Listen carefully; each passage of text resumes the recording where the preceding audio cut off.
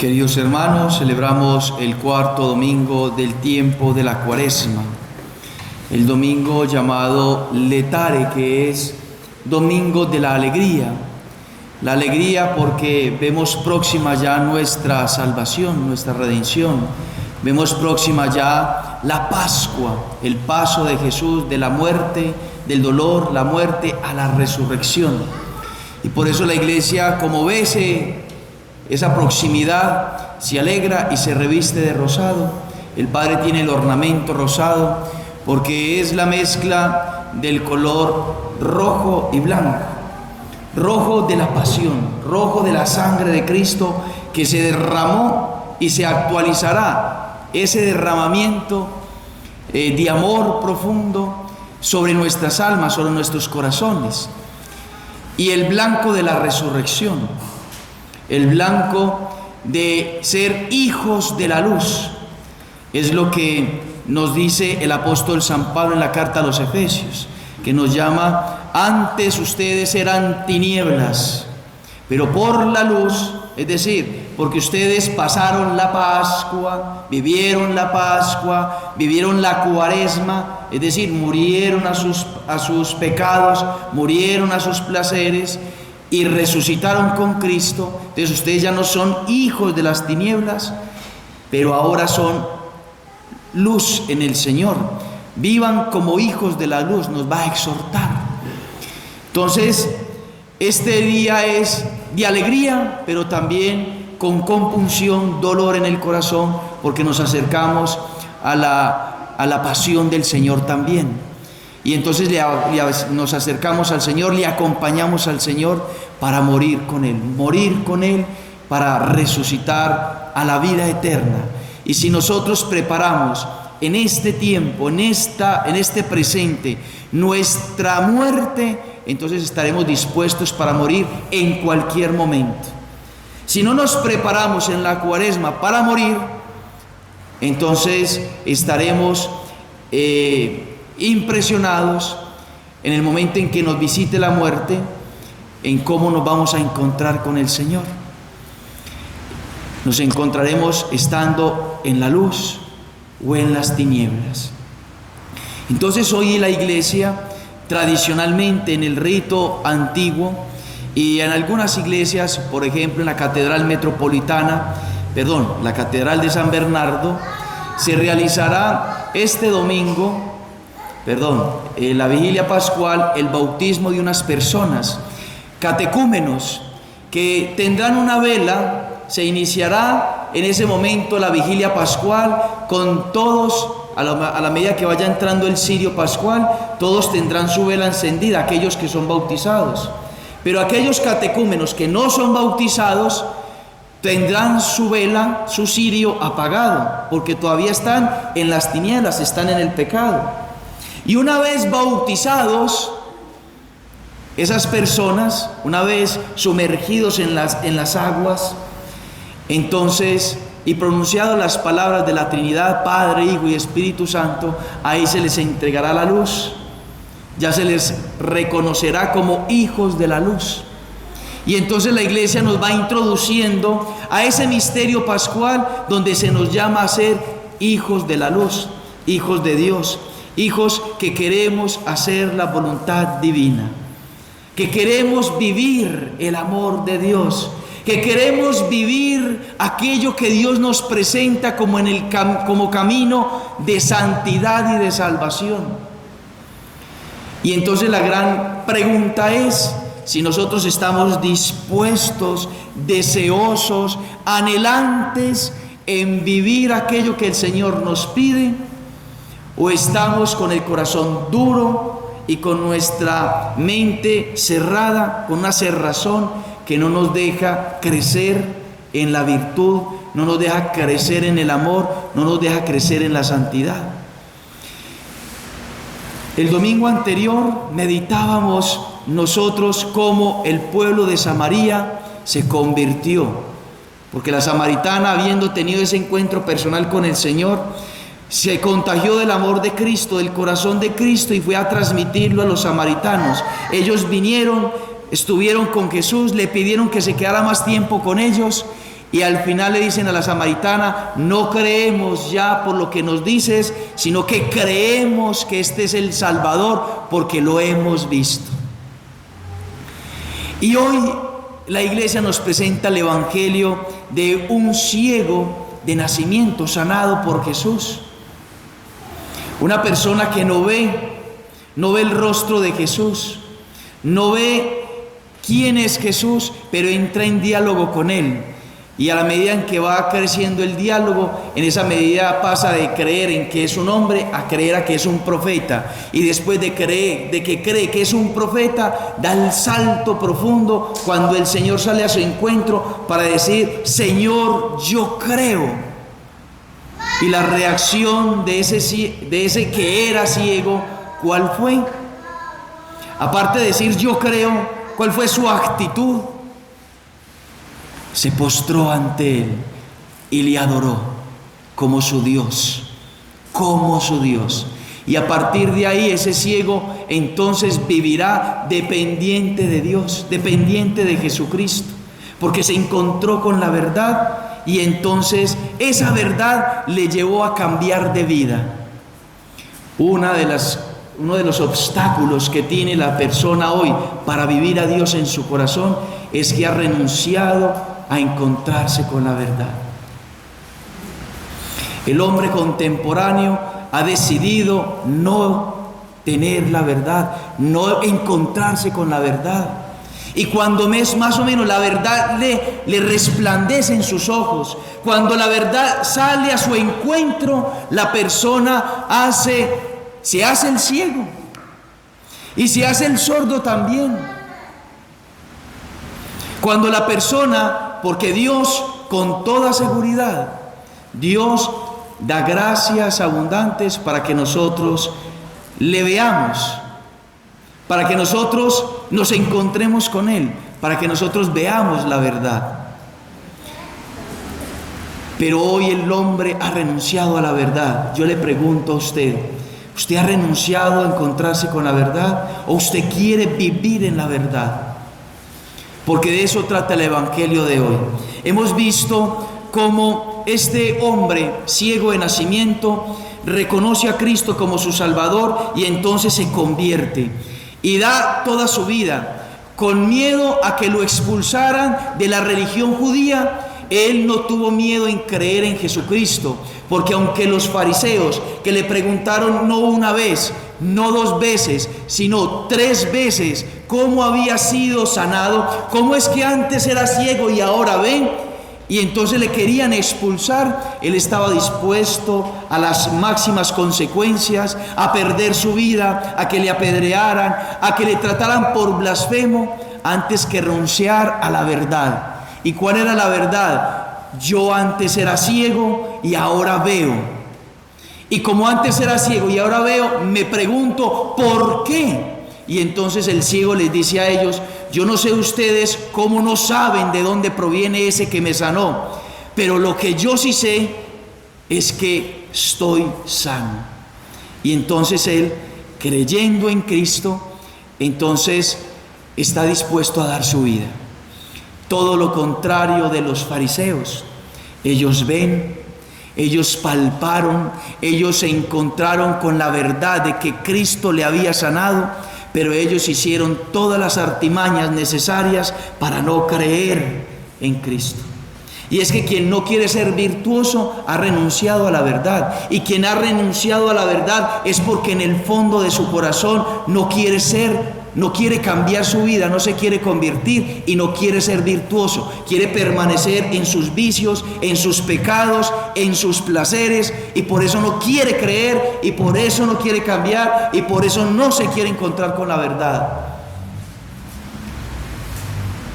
Y eso hicieron los fariseos. Ellos eran los príncipes. Ellos tenían unas coronas en sus cabezas que les reconocían como príncipes, gobernadores, líderes del pueblo de Israel. Y entonces ellos, no queriendo aceptar que Cristo es el Mesías, que Cristo es el Hijo de Dios, porque eso implicaba que ellos tenían que someter su vida a Cristo.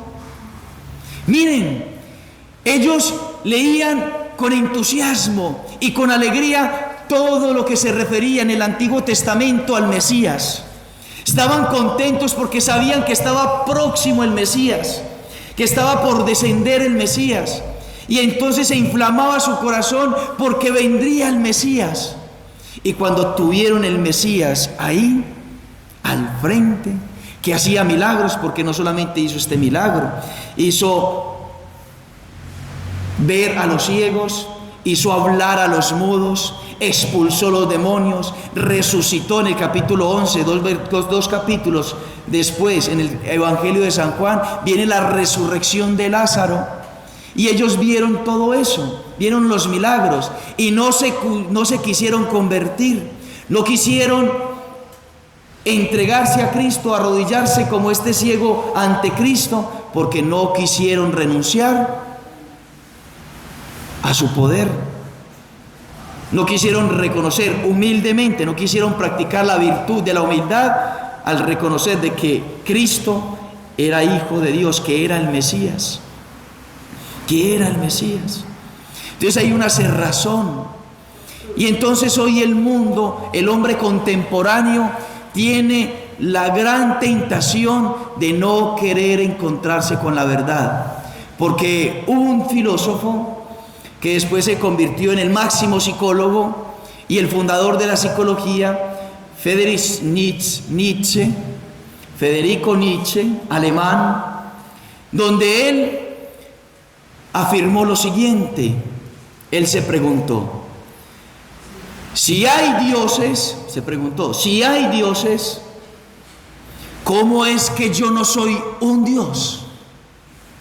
Si hay dioses, ¿cómo es que no soy un dios? No soporto que yo no sea uno de esos dioses. La soberbia, la grande soberbia, querer ser como Dios, aquella tentación que Satanás le realizó a Eva y a Adán. Y eso también lo podemos tener nosotros. Lo puedo tener yo. ¿Cómo es que no soy Dios?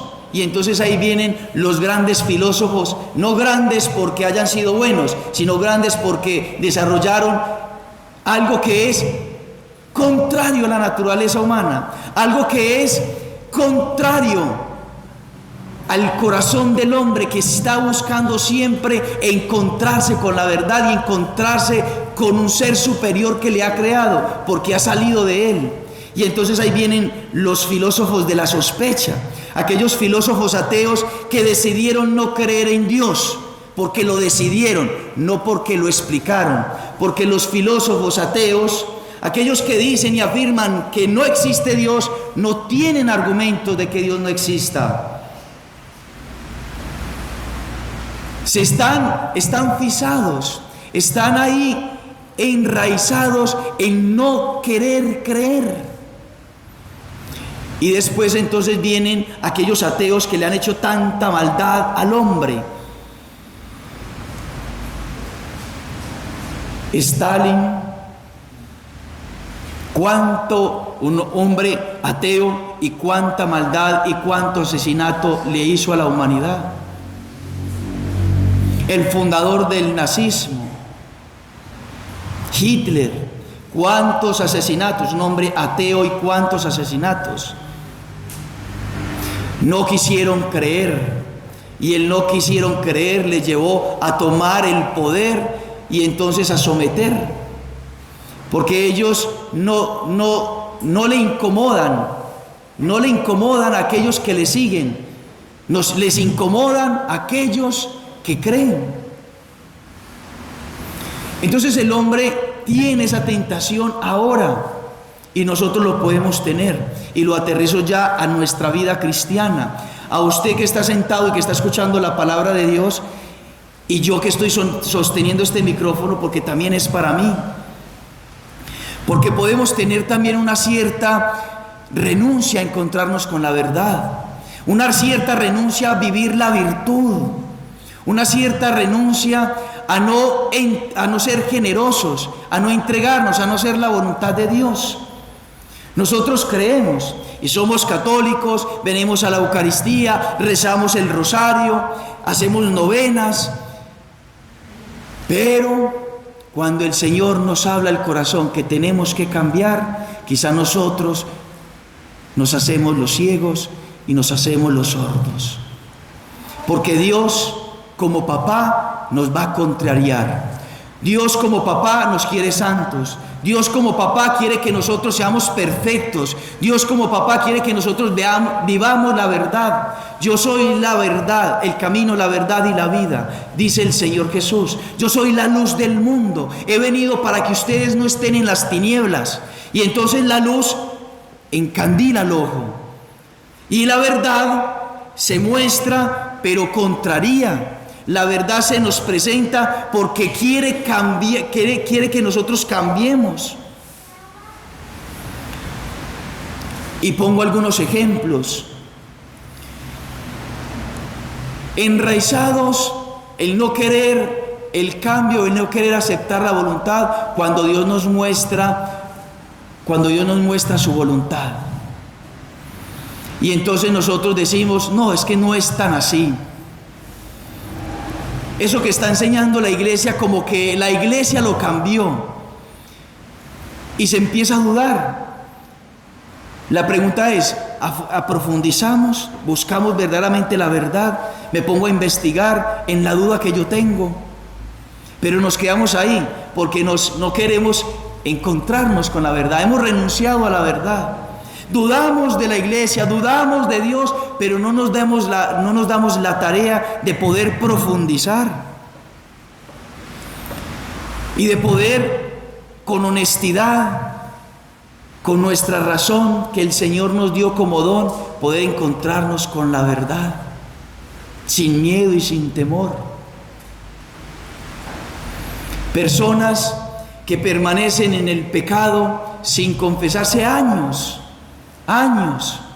y escuchan en alguna homilía, en algún audio, en alguna conferencia, la esposa que le dice, el esposo que le dice, el hijo que le dice, confiésese, y la persona no, fisada en no quererse confesar, en no quererse convertir, en no querer aceptar a Dios como su creador, como su Señor, como su dueño. Aquellas personas que viven en el adulterio y se justifican que es que yo tengo una segunda oportunidad, pero es que usted dio y se comprometió a ser fiel con Dios.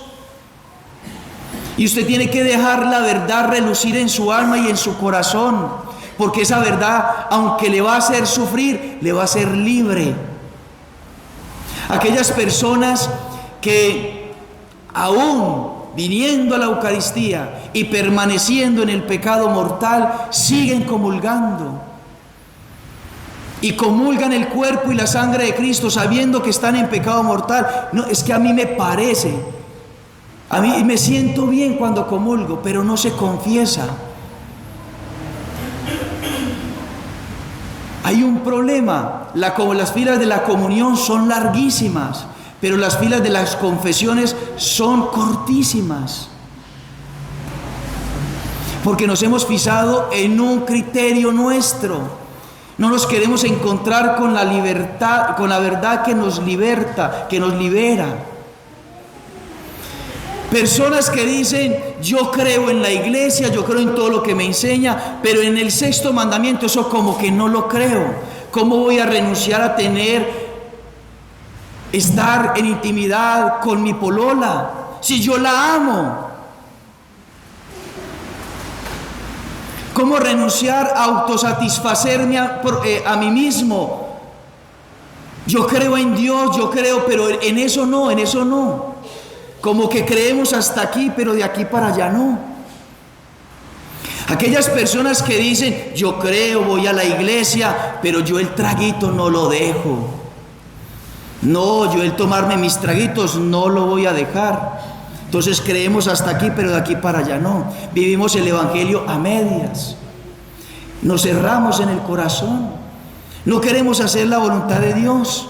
No estamos abiertos a la verdad de Dios. No queremos vivir aquello que nos presenta a Dios como lo bello, lo bueno, lo puro, lo honesto. Porque para eso hemos sido creados nosotros. Para eso hemos sido creados.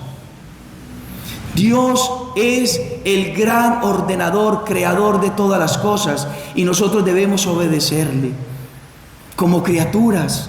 Así como el niño y la niña le obedecen al papá y le deben obedecer al papá y a la mamá, nosotros como hijos debemos obedecerle a Dios.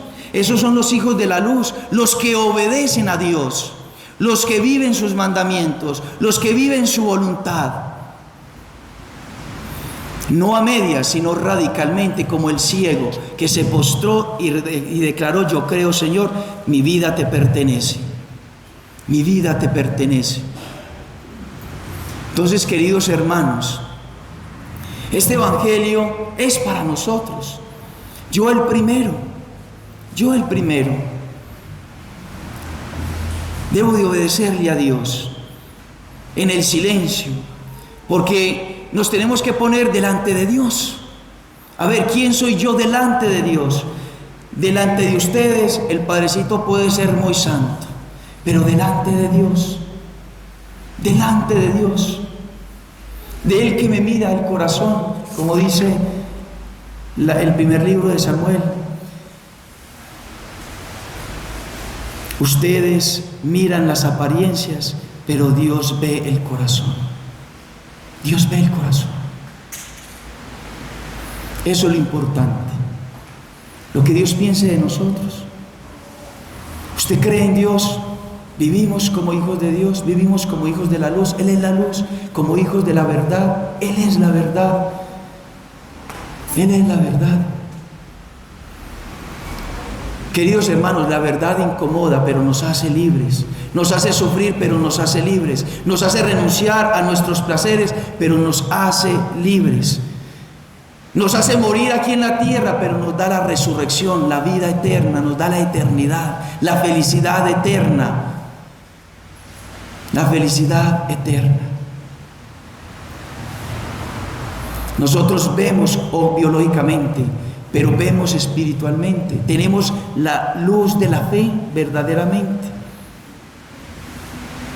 Verdaderamente. Entonces, queridos hermanos, pidámosle hoy a San José. Hoy es 19 día de San José. La iglesia ha pasado esta solemnidad para que no se pierda para el día de mañana. Ojalá puedan venir también y la vamos a celebrar lindo, solemnemente a San José. Pero para terminar, el ejemplo de San José. San José, un hombre virtuoso, queriéndose encontrar con la verdad, ve a su esposa encinta, en embarazo. Quiere encontrarse con la verdad y quiere obedecer. No lo entiende. San José hubiese podido decir: pero Señor, si usted sabe que yo quiero hacer tu voluntad, Señor, pero si tú sabes cuánto te amo y cuánto te he buscado, ¿cómo es posible que usted haya, Señor, permitido esto y esto y esto? Y se hubiese rebelado contra Dios. San José no pidió explicación. San José se quedó en silencio, orando. No entendía el misterio, no entendía lo que sucedía. ¿Cómo es posible que su esposa, que le había dicho que iba a permanecer fiel y que iba a ser virgen para siempre, está ahora encinta? No sospechó de la virginidad de la Virgen María, no sospechó de la virtud de Nuestra Señora, sino que no entendía el misterio. Y entonces se confió. Y entonces cuando el Señor ve que él se confió, que es justo verdaderamente, que confía en él verdaderamente, le manda un ángel y le explica: no se preocupe, no se preocupe. Es obra del Espíritu Santo, aquella que has tomado por mujer. No temas de llevártela a tu casa, porque lo que ella tiene ahora es por obra del Espíritu Santo. Y entonces San José obedeció en todo. Obedeció. Y entonces termino con un testimonio del santo cura de Ars. Llegó un agnóstico a Ars a pedirle argumentos al cura de Ars. Y le encontró y le dijo: Padre, yo soy agnóstico, tengo muchas dudas. Y el cura de Ars le dijo, venga, arrodíllese y confiésese. No, pero es que yo tengo muchas dudas acerca de la fe, si Dios existe, no existe, no, como que sí, como que no, entonces tengo esas dudas. Arrodíllese y confiésese. Varios minutos el santo cura le insistió que se confesara, hasta que ese agnóstico se arrodilló. Y entonces el santo cura de Ars le empezó a preguntar su vida. Y entonces empezó a decirle sus pecados. Y entonces él quedó impresionado. ¿Cómo este sabe mis pecados? ¿Cómo este sabe mi vida? Y entonces al final de la confesión, para no alargarme, le dice el santo cura de Ars, ¿estás arrepentido de estos pecados? ¿Reconoces que con estos pecados has ofendido al Señor? Sí, reconozco que he ofendido al Señor y me arrepiento con todo el corazón. Yo te absuelvo en el nombre del Padre, del Hijo y del Espíritu Santo. Amén. Ahora sí, dígame todas sus preguntas. No, Padre, ya no tengo preguntas. Padre, ya no tengo preguntas. Lo que necesitaba él era haber renunciado al pecado para creer. La impureza del pecado imposibilita al hombre creer y acercarse a Dios. Que San José nos conceda a nosotros una gracia abundante, profunda, una fe cierta, sincera, y que podamos ser hijos de la luz. Que le imitemos a San José en su obediencia a Dios. Que así sea.